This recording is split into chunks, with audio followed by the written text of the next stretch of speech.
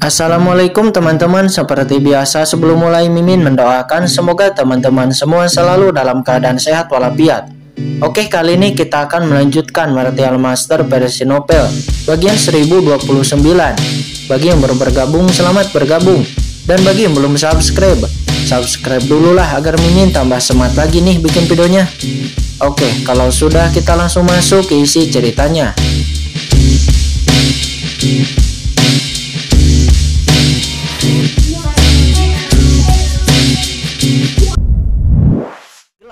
Itu ditangkap oleh tentakel-tentakel hitam. Dia tiba-tiba berteriak, dan pada avatar cahaya bintang, asap hijau terus-menerus terkorosi. Aturan-aturannya nampaknya sedang mengalami disintegrasi. Ini buruk sekali. Meskipun ini hanyalah tiruan, bagaimanapun juga, itu adalah tiruan dari penguasa Istana Dewa Bintang yang sebenarnya. Itu telah melebihi kekuatan yang mulia biasa. Seperti King Sui Guhua, itu dapat dengan mudah dimusnahkan oleh avatar ini. Akan tetapi pada saat ini, avatar yang mengerikan ini, itu seperti seekor semut dengan mudah ditangkap. Adegan ini terlalu menakutkan, membuat kulit kepala semua orang mati rasa dan hati mereka merinding. Tuan Bintang, teriak Yang Mulia Pencuri Bintang, nampak dia bergetar. Semuanya ketakutan. Kemudian terlihat tubuh penguasa Istana Dewa Bintang perlahan retak. Aturan-aturannya dilanggar. Retakan yang tak terhitung jumlahnya mulai muncul pada tubuh avatar itu. Terlebih lagi di bawah tanah, aura hitam terus melonjak, dan itu sepertinya akan keluar dari tanah. Antara langit dan bumi, aura rantai dewa, peti mati perunggu yang tak terhitung jumlahnya terus bersinar, menekannya, tetapi nampak itu terus bergetar. Saat ini, pertarungan leluhur pedang dan leluhur iblis abisal masih terjadi. Keduanya terus-menerus melayangkan serangan-serangan mereka dan terus bertabrakan. Di bawah tabrakan serangan mereka berdua, dunia bergejolak, tekanan mengerikan melanda. Seluruh makam pedang meraung. Kemudian nampak di luar jurang, 5 master monster iblis besar dan juga banyak orang kuat lainnya merasakan aura kuat di bawah dengan ngeri, dan jiwa mereka sepertinya akan meledak dan gemetar. Mereka tidak tahu apa yang terjadi di bawah, mereka hanya bisa melihat dengan samar-samar bahwa sepertinya ada tabrakan kekuatan. Dan kekuatan ini jelas bukanlah kekuatan dari Yang Mulia Pencuri Bintang dan yang lainnya. Karena tabrakan kekuatan itu nampaknya lebih kuat daripada Yang Mulia Pencuri Bintang dan yang lainnya. Dan bahkan mereka samar-samar mendengar kata Tuan Bintang dan Tuan Gunung. Itu mengejutkan mereka dan mereka memiliki beberapa tebakan. Leluhur pedang, kamu sudah cukup lama duduk di sini. Inilah waktunya untuk mengubahnya, kata leluhur iblis. Dia bergegas ke depan untuk mencegah leluhur pedang mengambil tindakan. Keduanya tidak mengucapkan kata-kata yang tidak masuk akal, dan pertempuran keduanya dimulai lagi. Dunia terus bergemuruh dan keduanya terus berimbang. Tetapi leluhur pedang terkejut. Dia menatap Tuan Istana Mimansen, mengetahui bahwa ini hanyalah tiruan dari leluhur iblis abisal. Tetapi itu mampu meledak dengan kekuatan seperti itu yang mengejutkannya. Leluhur iblis abisal, berapa banyak energi yang kamu habiskan untuk orang ini? Berapa banyak kekuatan kegelapan yang kamu masukkan? Kata leluhur pedang, dia meraung. Dia melihat bahwa masalahnya ada pada Tuan Istana Mimansen. Kekuatan orang ini sepertinya terintegrasi ke dalam kekuatan surga dan juga kekuatan kegelapan. Jika tidak, maka kekuatan itu tidak akan pernah sekuat ini.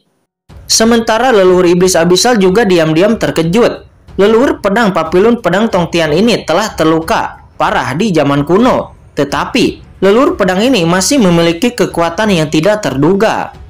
Keduanya terus bertarung, akan tetapi keduanya nampak berada pada posisi yang kurang menguntungkan. Namun walaupun begitu, leluhur pedang terus berteriak. Semua jenis aura pedang naik darinya, dan dia menebas dengan tangannya. Akan tetapi leluhur iblis abisal nampak juga tidak takut, karena dia hanya perlu menghentikan leluhur pedang ini, dan keberadaan menakutkan di bawah tanah lainnya akan mengambil tindakan.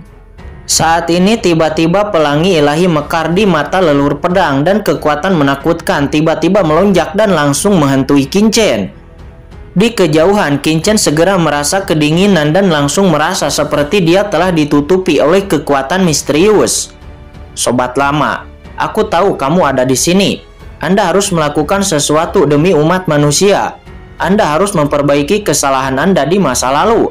kata leluhur pedang sambil melihat pedang karat misterius di tangan Qingchen. Apa yang senior leluhur pedang bicarakan, kata Qingchen. Dia terkejut. Tetapi begitu pikiran ini jatuh, Qingchen segera menemukan bahwa pedang karat misterius di tangannya tiba-tiba menyala. Dan diantaranya, napas yang tidak enak mulai pulih. Inilah kekuatan misterius di dalam pedang karat misterius.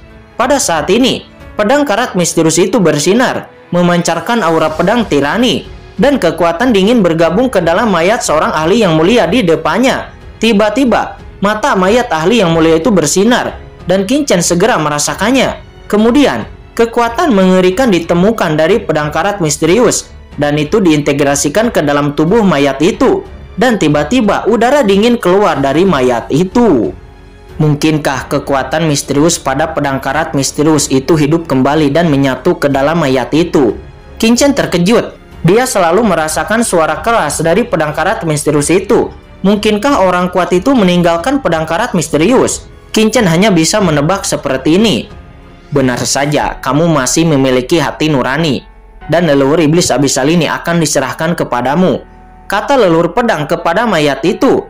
Kemudian mayat itu berubah menjadi mayat patung batu, mati dan sunyi. Namun saat ini, tubuh mayat batu itu dikelilingi oleh cahaya pedang yang dingin, seolah-olah dia telah dibangkitkan.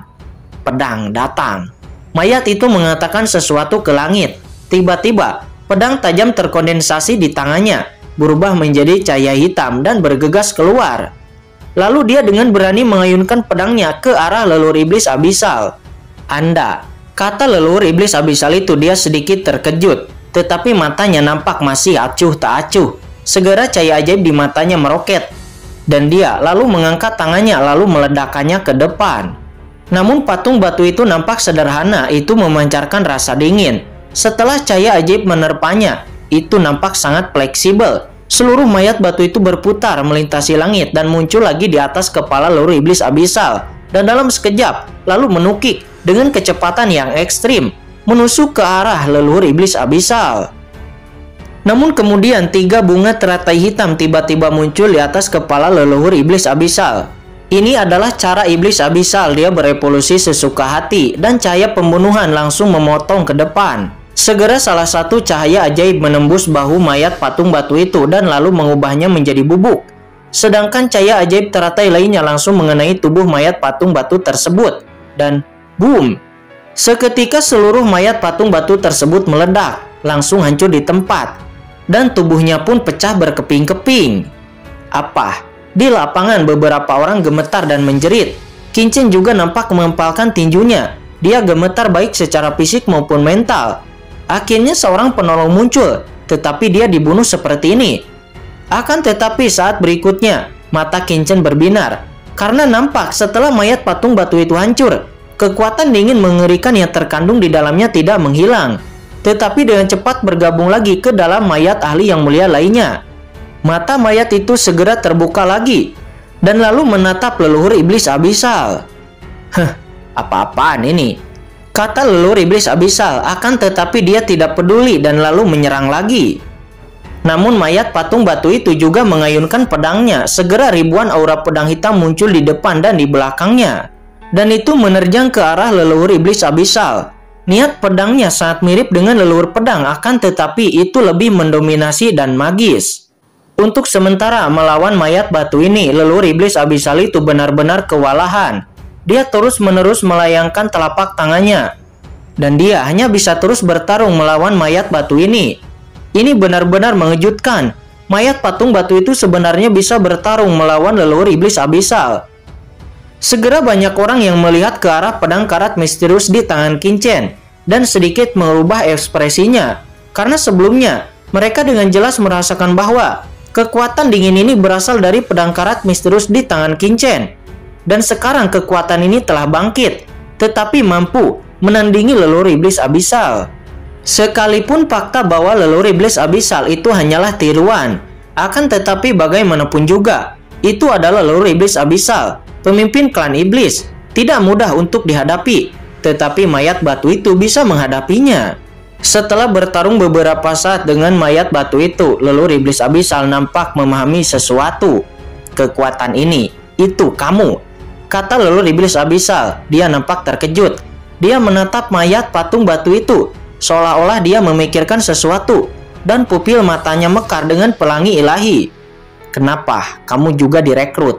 Jangan lupa betapa sengsaranya Anda ketika Anda dikejar dan dibunuh oleh semua ras. Dan sekarang Anda benar-benar membantunya. Kata leluhur iblis abisal itu. Dia berteriak dengan tajam. Matanya bersinar dengan cahaya pelangi. Jie, kenapa repot-repot mengatakannya? Dao berbeda dan tidak berkonspirasi. Leluhur iblis, kamu telah mencoba lagi dan lagi pada junior. Anak ini akan menjadi pialaku. Kata mayat patung batu itu. Dia berbicara untuk pertama kalinya. Namun suaranya gelap dan suram. Akan tetapi, suara itu segera membuat Qin Chen merasa sangat familiar. Karena itu adalah pria kuat misterius yang selalu tertawa di dalam pedang karat misterius. Yang selalu mencoba dari awal hingga akhir untuk menelan kekuatannya.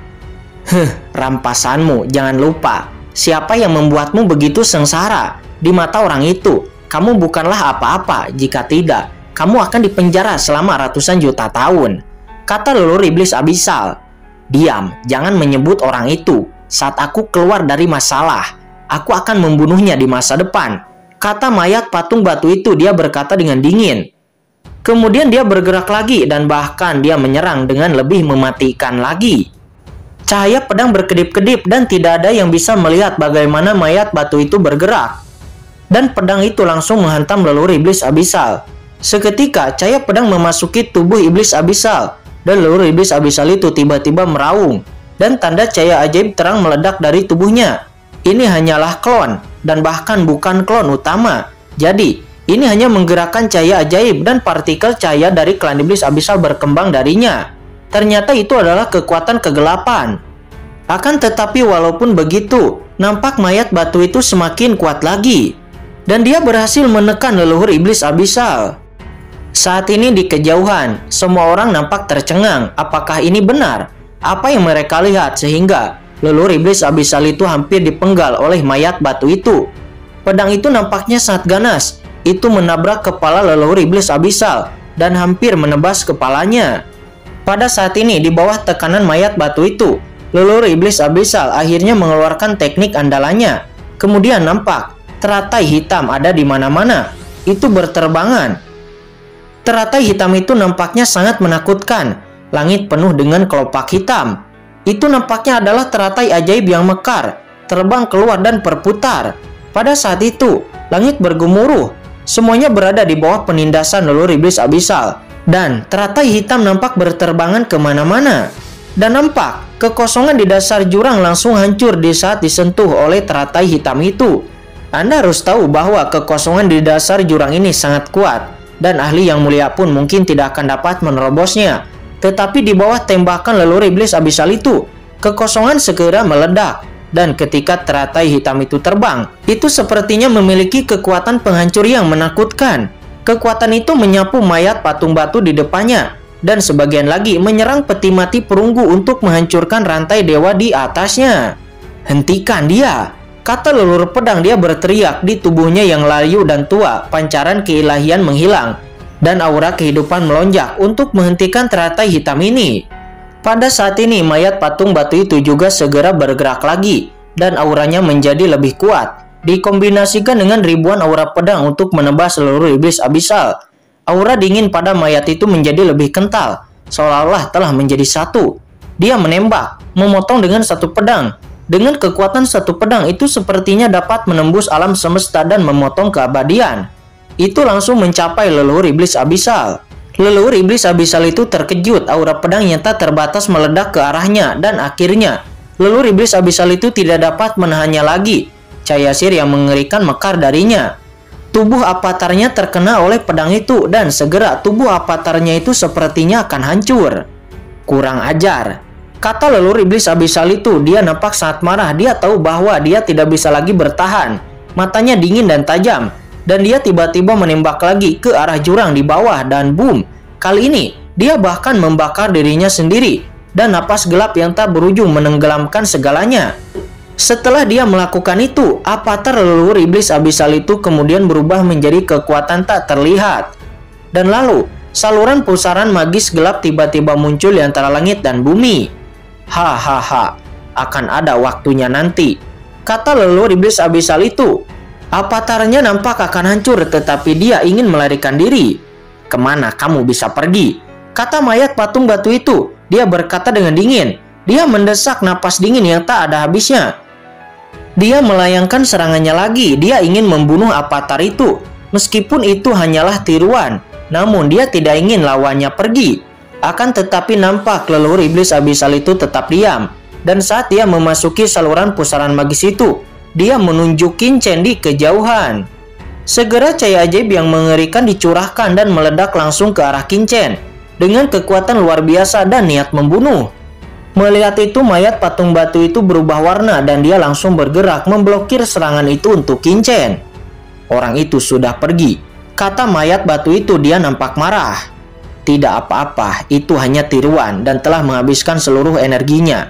Tujuannya hanya untuk membawa umat manusia ke dunia iblis. Ras manusia memiliki kekuatan ras manusia dan kekuatan kegelapan. Leluhur iblis abisal itu seharusnya memiliki tujuan lain, kata leluhur pedang. Dia berkata dengan sungguh-sungguh. Suaranya penuh dengan kekhawatiran, karena pada saat pedang terkubur di dalam jurang, pola ketuhanan yang tak ada habisnya bermekaran, mengaum, dan raungan kemarahan terus bergema. Sepertinya ada sesuatu di dalam tanah yang ingin keluar. Pada saat ini, avatar penguasa istana Dewa Bintang itu nampak terus terjepit oleh tentakel-tentakel gelap itu. Apa? Avatar Master Bintang meraung dan dia merasakan kekuatan bintang di tubuhnya memudar.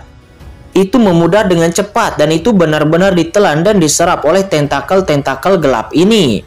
Tidak, Tuan Bintang, kata Yang Mulia Pencuri Bintang. Dia merasa ngeri, karena setelah avatar Raja Bintang itu dihancurkan, maka dia pasti akan jatuh ke dalam kesusahan. Hentikan dia, kata leluhur pedang. Dia berkata kepada mayat patung batu itu dan boom, keduanya segera menembak bersamaan. Dan tiba-tiba aura pedang dari keduanya langsung menebas ke arah tentakel-tentakel hitam itu. Seketika ada luka pada tentakel-tentakel hitam itu, akan tetapi begitu luka ini muncul, luka itu segera disembuhkan dengan kecepatan yang mencengangkan. Dan itu dengan cepat pulih, nampak tidak rusak. Sial, benda itu pertahanannya terlalu kuat. Kau dan aku hanya memiliki sedikit kekuatan yang tersisa, dan aku tidak bisa membunuhnya sama sekali. Tubuhku masih dalam tubuh pedang, dan hanya sisa jiwaku yang keluar, kata mayat patung batu itu. Dia berkata suram. Dia saat ini tersegel di dalam pedang karat misterius, dan dia tidak bisa keluar darinya. Segel di sini telah dihancurkan oleh leluhur iblis abisal itu, dan ini tidak bisa bertahan lama. Sekarang bahkan lebih berbahaya, kata leluhur pedang. Dia berkata dengan suara yang rendah. Suaranya sangat serius, karena jika dia benar-benar mengizinkan segel selama ratusan juta tahun di papilun pedang Tongtian ini rusak, maka definisinya pasti akan menjadi krisis besar-besaran dan bencana akan menimpa umat manusia.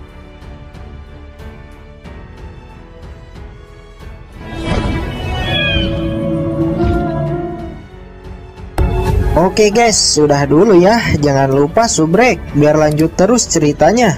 Bagi yang sudah subrek, mudah-mudahan dimudahkan rezekinya. Mimin undur diri. See you next and goodbye.